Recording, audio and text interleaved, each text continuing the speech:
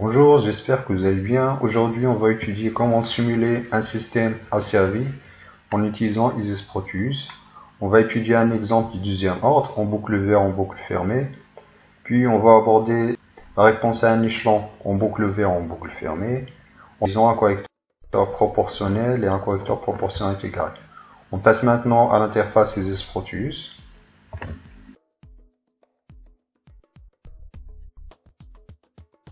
Pour construire notre schéma du système, donc on a besoin des différents blocs constituant le système. On va aller vers composants. Ensuite, on va taper le mot-clé Laplace.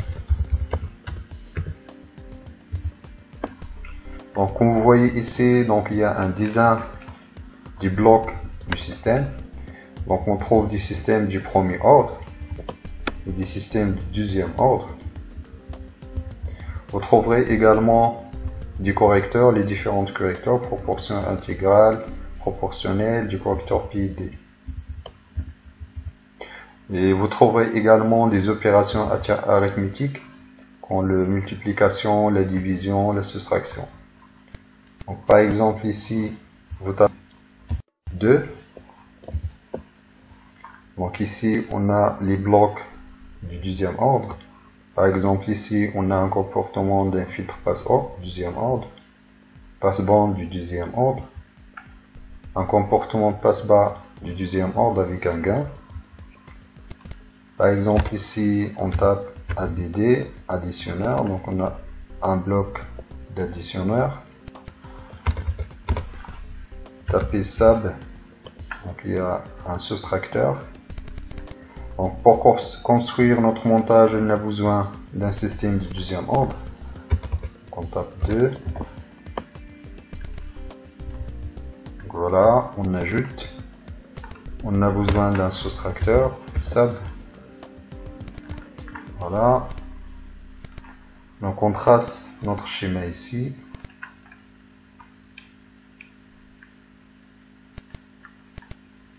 Voilà.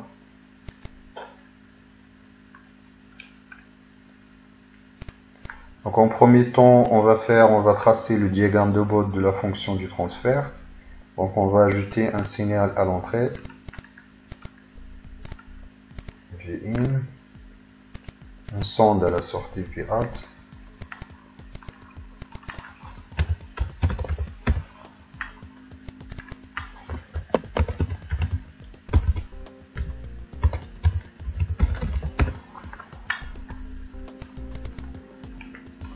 On va vers Graph Mode, puis on sélectionne Frequency.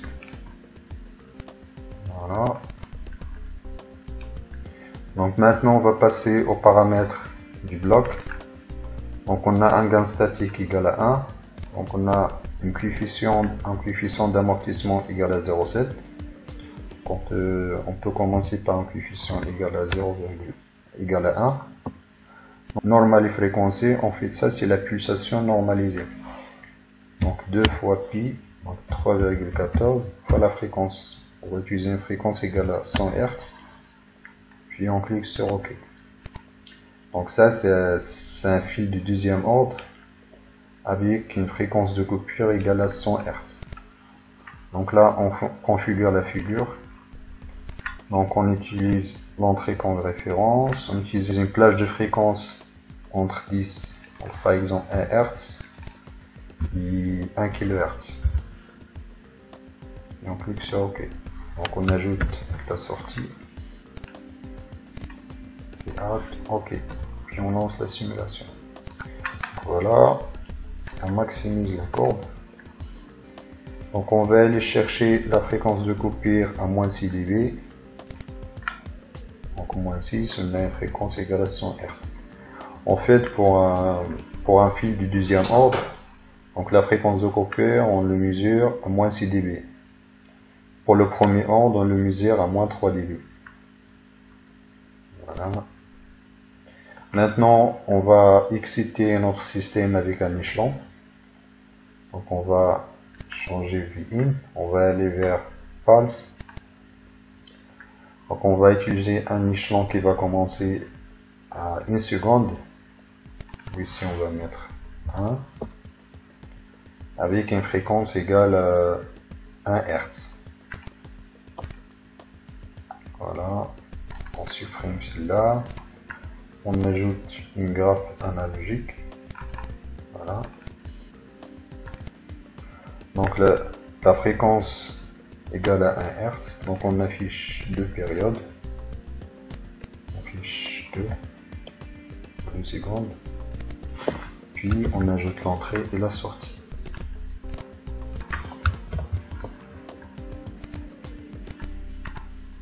On lance la simulation. Voilà. Donc on affiche 1,2 secondes. 1,2. Voilà. Et on change le temps de départ. Donc par exemple on met 0,5. Voilà. Après on met 0,8. Donc là on a un échelon qui commence à 0,5 secondes. Donc ici ça c'est l'entrée et la sortie. Voilà. Donc le temps de réponse, donc on constate que la sortie, donc il y a un temps de réponse entre 0% et 100% avec une erreur statique égale à 0. Autrement dit, donc la sortie tend vers l'entrée dans le régime permanent. Si par exemple on change la bande passante du système, au lieu de mettre 100 Hz, on met 50 Hz, on va avoir un système plus lent. On lance la simulation. Voilà, on voit que le temps de réponse a augmenté. Donc on peut changer la fréquence à 10 Hz. Voilà, on lance la simulation. Donc là, on voit que le système il est beaucoup plus lent. Donc pour passer de 10% à 90%. Donc on peut diminuer la fréquence. Donc 0,1 seconde. Genre 2 secondes. 1 seconde. Voilà.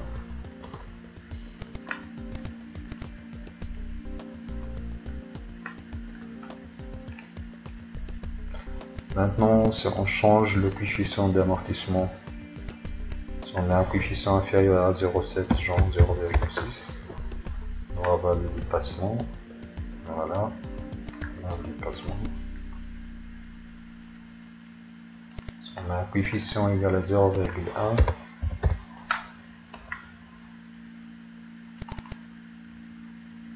on met 2 secondes, on a des oscillations. Donc on garde un coefficient égal à 1, puis on affiche 1 seconde. Voilà. Maintenant on va étudier le système en boucle fermée, donc on va voir l'effet de bouclage du système. On va utiliser un bouclage unitaire. On a besoin juste d'un soustracteur analogique. Voilà.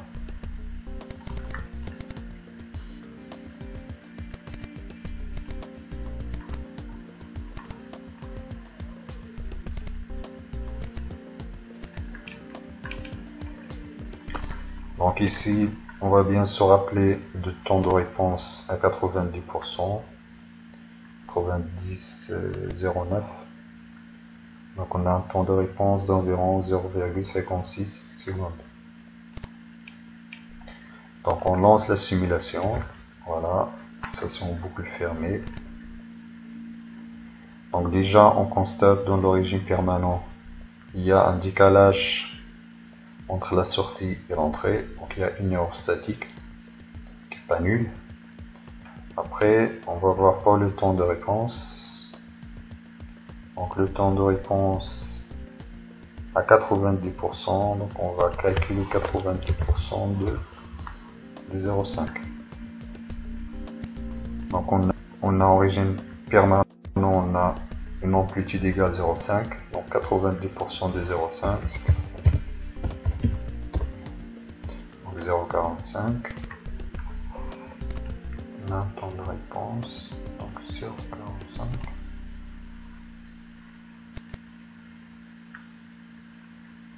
Donc 0,52, 0,53. On constate que le temps de réponse a diminué, c'est-à-dire le système devient plus rapide.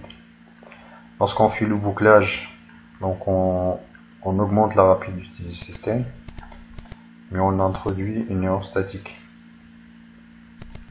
Voilà, plus on déstabilise le système. Donc là, on constate qu'il y a un dépassement. Donc avant boucle vert, donc il n'y avait pas de dépassement. Donc le erreur statique est nul. Il n'y a pas de dépassement. Lorsqu'on fait le bouclage, donc il y a une erreur statique et le dépassement. Maintenant, on va utiliser un correcteur proportionnel en premier temps, puis on va utiliser un correcteur proportionnel intégral. Donc on va taper la place contre en contrôleur. Donc ici, vous avez plusieurs types de contrôleurs. Donc on va commencer par un contrôleur proportionnel. Voilà, on ajoute le correcteur ici.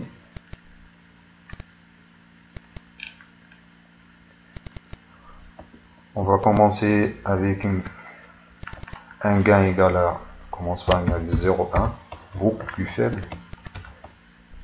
Donc là, on augmente l'erreur statique. Donc si on utilise un gain beaucoup plus grand, 10, on réduit l'erreur statique. On constate qu'on réduit l'erreur statique. On diminue le temps de réponse. Donc le système devient beaucoup plus rapide. Par contre, on déstabilise le système. Donc le correcteur proportionnel, donc il est intéressant pour augmenter la rapidité du système. Nous, ce qui nous intéresse, c'est d'annuler l'erreur statique et d'augmenter la rapidité du système. Donc on peut utiliser un correcteur proportionnel intégral. Donc la place contre. Voilà. Donc là, le correcteur PI. Donc on remplace notre correcteur proportionnel en correcteur proportionnel intégral. Donc on déplace l'entrée. Voilà.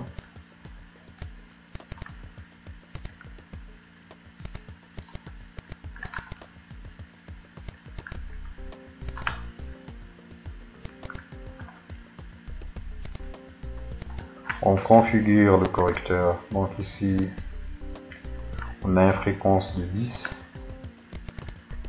Donc qui correspond à une période de 0,1 seconde. Donc on va commencer par une constante. On va commencer par une constante de temps égale 0,1 avec, donc on augmente la rapidité en 10. Ok. Ensuite, on lance la simulation. Donc déjà ici, on constate que l'erreur statique, donc il est nul. Donc temps d'origine permanent. On affiche les périodes. Donc ici, l'erreur statique est nulle. Donc l'effet d'intégrateur, donc ils annulent l'erreur statique. Donc ça c'est intéressant. Après la rapidité, donc on constate que le système est beaucoup plus lent. Voilà, il y a des dépassements. Donc on peut, si on augmente la constante de temps, si on met une seconde, donc l'erreur statique, donc il y a encore l'erreur statique. Donc il faut utiliser une constante de temps qui est au voisinage de la fréquence de l'inverse de la fréquence de coupure. On met 0,1, on met 0,01. Voilà. Donc il faut avoir un compromis entre les dépassements et l'erreur statique. 0,1. On réduit le gain pour diminuer les dépassements. Donc on met un gain égal à 5. Voilà. Donc ici, donc dans le régime permanent, on a inéostatique nul. Donc il y a un faible dépassement, qui est un dépassement d'environ, dépassement maximal de 14%, 1,14. Donc si on augmente le gain, on va augmenter le dépassement. Voilà, on a un dépassement ici.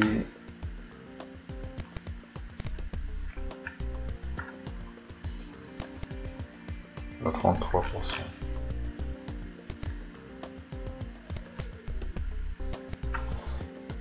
À 5.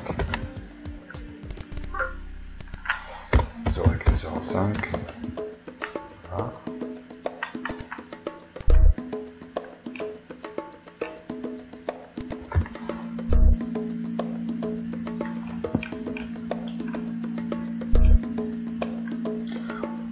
Voilà, je pense que vous avez bien compris le principe. Donc vous pouvez utiliser des différents correcteurs et des différents blocs. On arrive à la fin de la vidéo. Je vous remercie de votre attention. Si vous avez des questions ou des remarques, n'hésitez pas à les poser en commentaire. Je vous remercie de votre attention et à la prochaine vidéo.